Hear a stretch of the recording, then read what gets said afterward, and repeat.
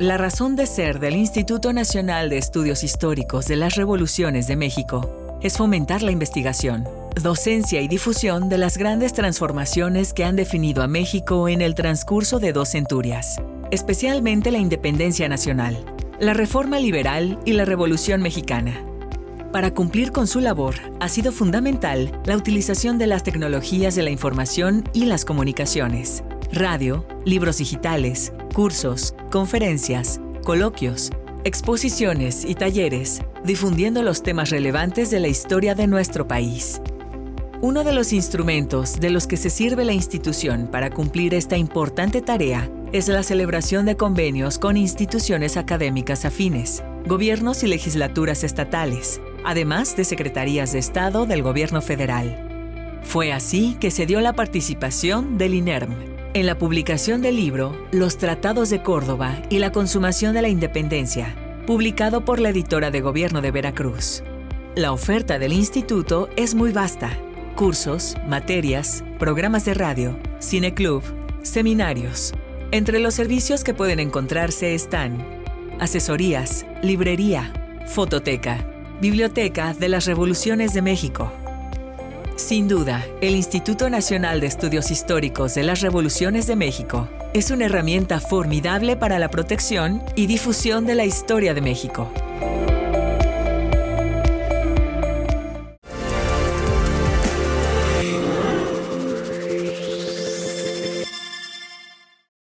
¿Qué tal, amigos? Es un placer saludarlos desde uno de los barrios tradicionales de la Ciudad de México, el barrio de San Ángel, en un instituto que inició llamándose como Instituto Nacional de Estudios Históricos de la Revolución Mexicana y que se ha transformado ahora al Instituto Nacional de Estudios Históricos de las Revoluciones de México. Y estoy con el director de esta institución, el doctor Felipe Arturo Ávila Espinosa. Doctor, muchas gracias por recibirnos en esta librería Salvador Azuela. Muchas gracias. Al contrario, me siento muy afortunado de estar aquí con ustedes en este espacio.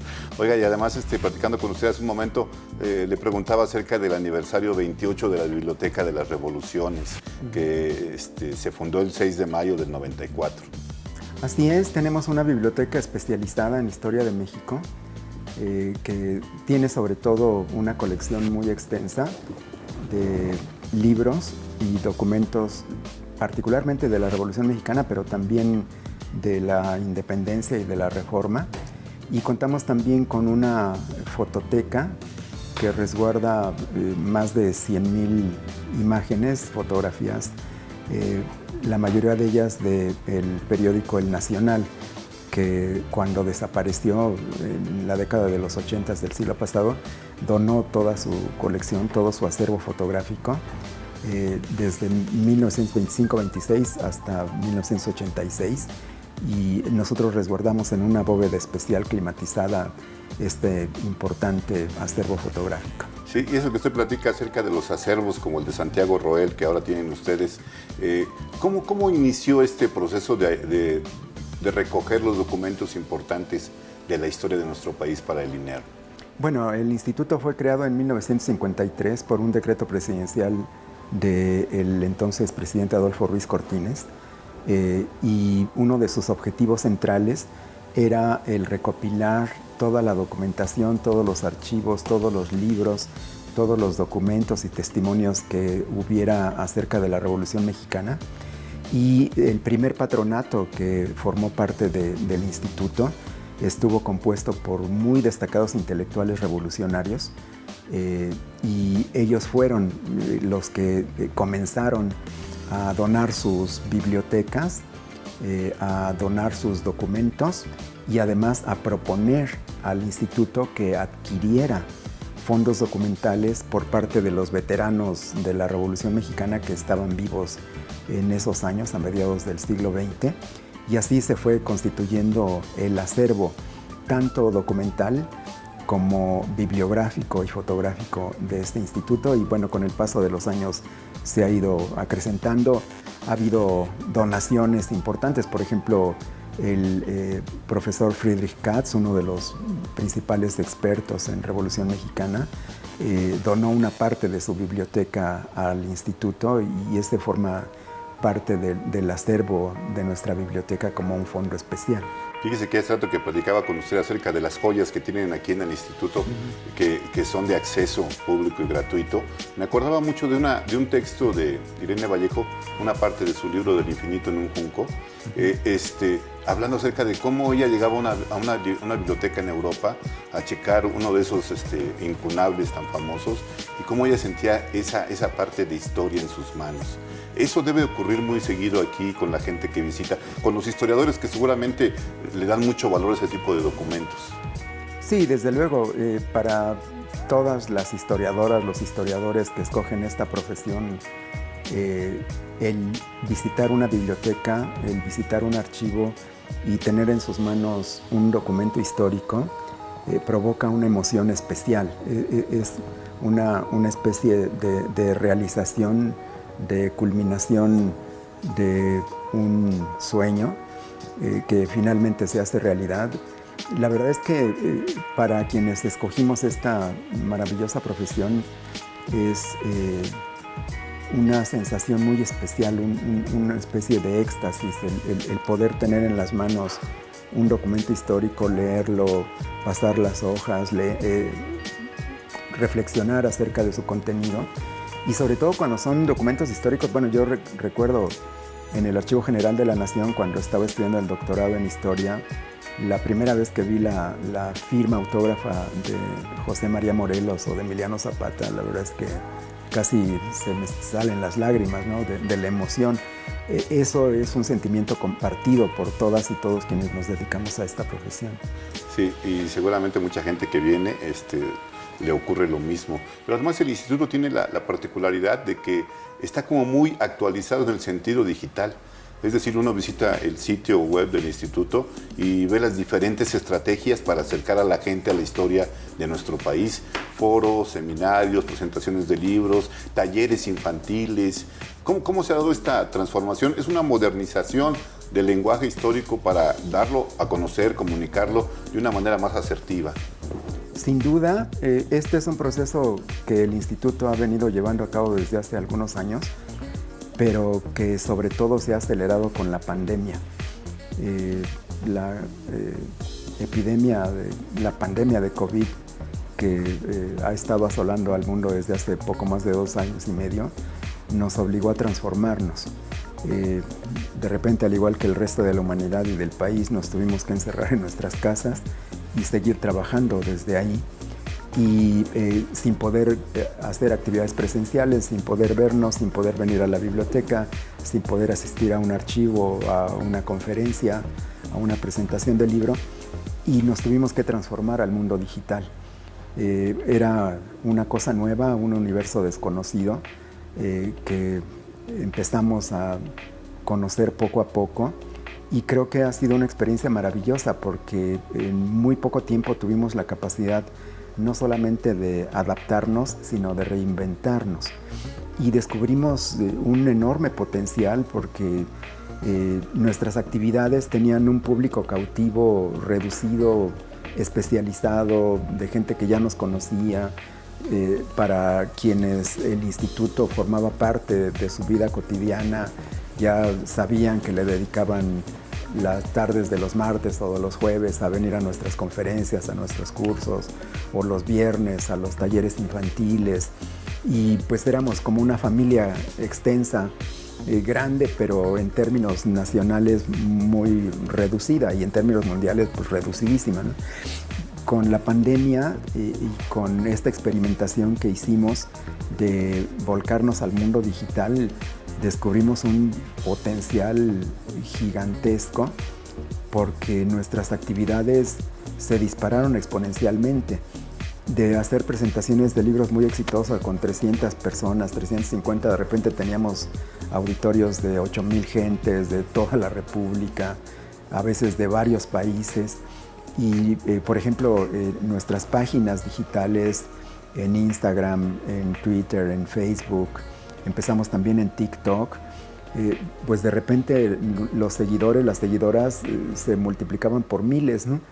Y nos dimos cuenta de que el instituto iba ganando presencia y reconocimiento en auditorios muy amplios y que cada vez nos pedían más, nos exigían más, y muchas instituciones, muchas dependencias, muchos gobiernos de las entidades entraban en contacto con nosotros y nos pedían colaboración y sumar esfuerzos, y creo que esto ha sido en beneficio de todos y de todas, ¿no? Claro. El año que entra el instituto cumple 70 años y con 70 años también la editorial que tiene esa institución. Y bueno, venimos a hablar de este libro de los Tratados de Córdoba y la consumación de la independencia, este trabajo coordinado por el maestro Luis Canela y Héctor Strobel, perdón. Los Tratados de Córdoba tienen la singularidad, me parece, que es uno de esos eventos de la historia que no está tan documentado, que no, parece ser que hay una mirada que no hay un documento que lo centre como objetivo de investigación. ¿Es así? Sí. El año pasado, que se cumplieron los 200 años de la firma de este tratado, se presentó la oportunidad de realizar muchas actividades vinculadas con este acontecimiento, y una de las más importantes sin duda fue la publicación de este libro, que es una colaboración interinstitucional entre el gobierno de Veracruz, el Ayuntamiento de Córdoba, la Universidad de Veracruz, la Presidencia de la República y nuestro instituto, que pertenece a la Secretaría de Cultura Federal. Creo que es un libro paradigmático, porque no solamente habla sobre un acontecimiento fundamental y poco estudiado, sino que es una mirada nueva, fresca, con rigor académico, que es producto de un coloquio entre especialistas, hombres y mujeres, que se reunieron y que discutieron y que entregaron sus textos y que los sometieron a la discusión de sus pares, que los corrigieron y que después los entregaron para su publicación. Y creo que quedó una publicación muy buena, muy fresca, que creo que es lo más reciente en términos historiográficos, con las miradas que reflejan la última investigación sobre este tema y que ofrecen una visión general, pero también específica acerca de este acontecimiento desde distintas miradas, distintos enfoques, ¿no? Creo que es un muy buen libro académico. Yo cuando lo leí tuve la fortuna de que me invitaran a presentarlo a la ciudad de Córdoba precisamente el día en que se conmemoraba el 200 aniversario de la firma de los tratados, y me sorprendió gratamente porque aprendí cosas que no sabía, porque gocé de su lectura. Varios de los capítulos que lo componen están muy bien escritos, son muy amenos, pero además son muy interesantes. Y creo que es una contribución historiográfica de primerísimo grado que contribuye a que se conozca mejor este acontecimiento que ha sido un poco relegado en la historia sobre la independencia de México y particularmente sobre la consumación. Es como, por eso me refiero precisamente que parece ser que hay esto, ¿no? Que hay una relegación de este hecho histórico. Y sobre lo que usted decía, doctor, acerca del contenido del libro, me llama la atención sobre todo la mirada de serie del Palacio al papel que tienen las mujeres en la independencia, que dice ella que por alguna razón que ella tampoco entiende, han sido menos estudiadas que las mujeres de la Revolución. Sin duda, tiene toda la razón Celia del Palacio. Las mujeres en la historia de México han sido relegadas, han sido olvidadas, han sido ignoradas. Hay una invisibilización del papel de las mujeres en general en toda la historia de México y también en la independencia. Y esto es un mal que venimos acarreando desde la primaria, en los libros de texto de primaria, de secundaria, de bachillerato. Las mujeres prácticamente no aparecen y cuando aparecen lo hacen en un papel secundario. O con una imagen diferente, como ella platica de Josefa Ortiz, ¿no? Sí, sí, pero casi siempre es la esposa de, la mujer de, la amante de. No la mujer como sujeto y como dueña de su propio destino y de sus decisiones y de sus acciones y convencida de lo que está haciendo y además haciéndolo desde la perspectiva de la mujer, con la sensibilidad, con la trayectoria, con los valores, con la conducta, con las emociones y con las aspiraciones femeninas, ¿no?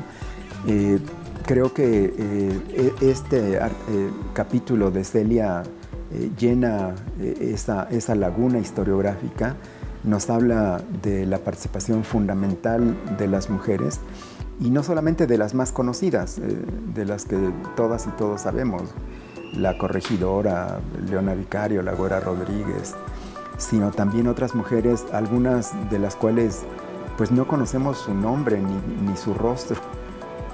Y que sin embargo sabemos que participaron, que tuvieron un lugar destacado.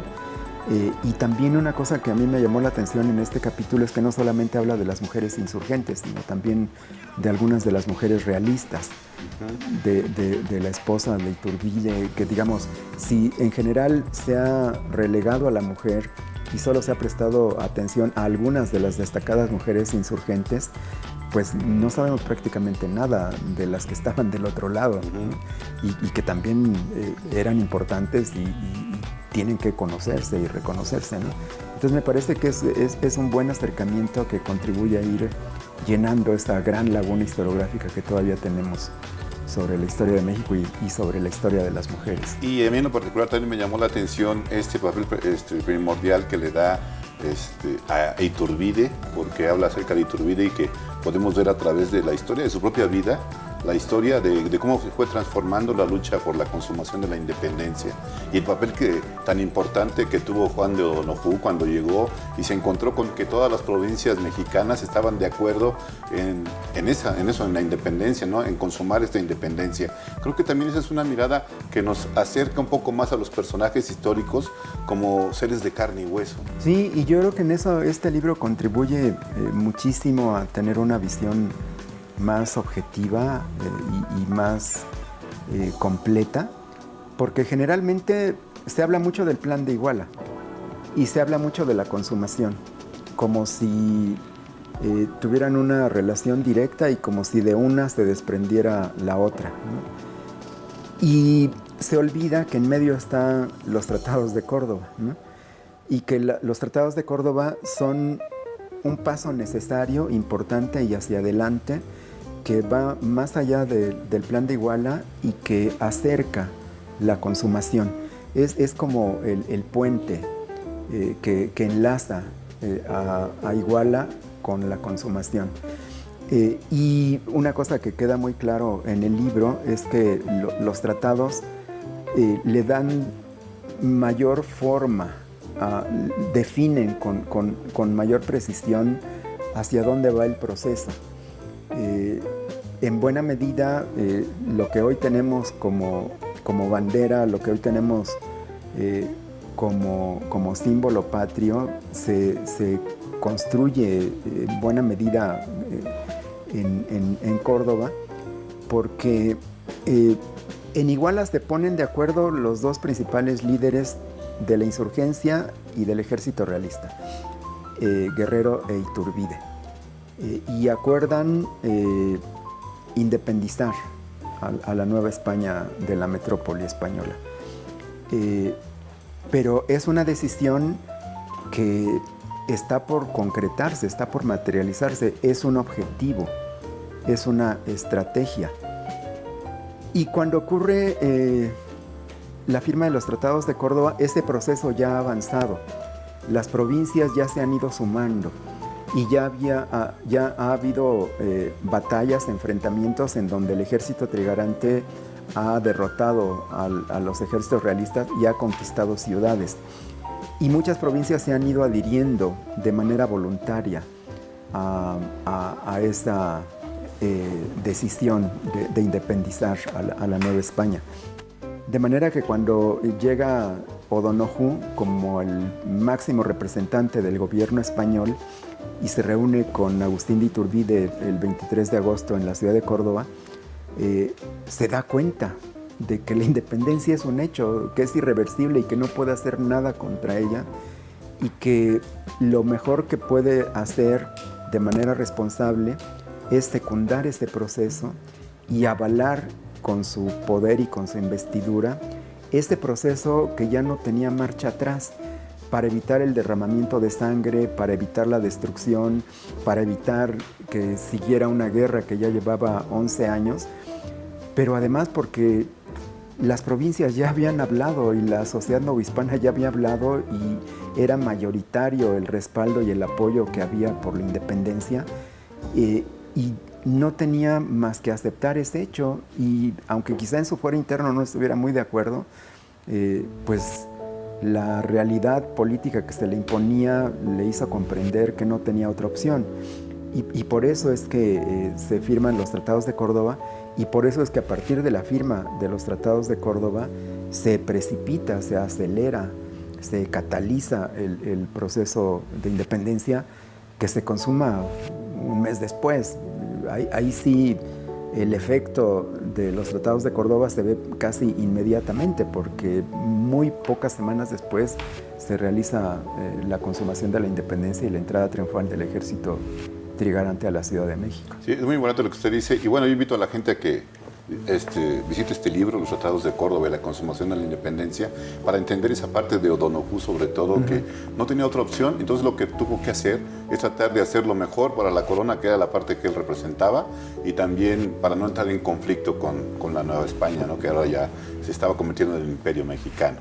Muchas gracias, doctor. Le agradezco mucho la plática. Creo que es importante acercarnos a la historia de nuestro país desde un punto de vista diferente, un punto de vista fresco. Y yo reitero, me llama mucho la atención este cambio de estrategia del instituto para acercar a la sociedad mexicana a su historia, y también, sobre todo, la edición de estos libros en colaboración con el gobierno de Veracruz y con la editora de gobierno. Le agradezco mucho, porque para nosotros como veracruzanos es un documento invaluable. Al contrario, muy agradecidos.